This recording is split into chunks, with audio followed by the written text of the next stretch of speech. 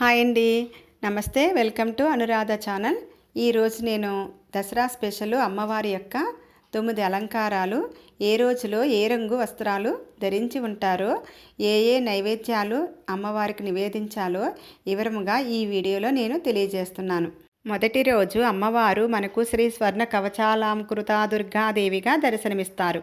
తిది ఆశ్వీజ శుద్ధ పాడ్యమి నాడు అమ్మవారికి బంగారు రంగు చీరను అలంకరిస్తారు. నైవేద్యం కట్టె పొంగలి, చలిమిడి, వడపప్పు, పానకం.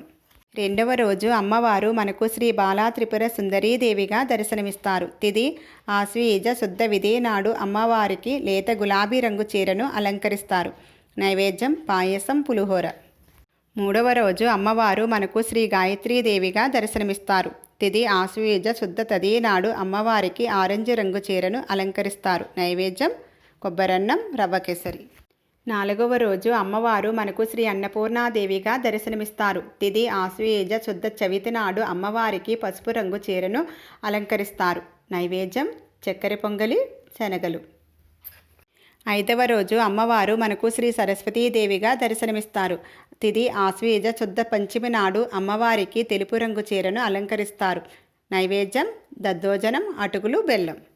ఆరవ రోజు అమ్మవారు మనకు శ్రీ లలితా త్రిపుర సుందరీదేవిగా దర్శనమిస్తారు. తిది ఆశ్వీజ శుద్ధ షష్ఠి నాడు అమ్మవారికి నీలపు రంగు చీరను అలంకరిస్తారు. నైవేద్యం గారెలు, పులిహోర. ఏడవ రోజు అమ్మవారు మనకు శ్రీ మహాలక్ష్మీదేవిగా దర్శనమిస్తారు. తిది ఆశ్వీజ శుద్ధ సప్తమి నాడు అమ్మవారికి గులాబీ రంగు చీరను అలంకరిస్తారు. నైవేద్యం చక్కెర పొంగలి, పూర్ణాలు. ఎనిమిదవ రోజు అమ్మవారు మనకు శ్రీ దుర్గాదేవిగా దర్శనమిస్తారు. తిది ఆశ్వీజ శుద్ధ అష్టమి నాడు అమ్మవారికి ఎరుపు రంగు చీరను అలంకరిస్తారు. నైవేద్యం కదంబం, అల్లమగారెలు.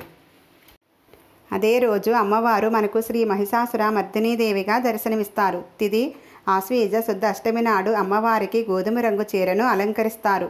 నైవేద్యం నువ్వులన్నం, గారెలు. తొమ్మిదవ రోజు అమ్మవారు మనకు శ్రీ రాజరాజేశ్వరీదేవిగా దర్శనమిస్తారు.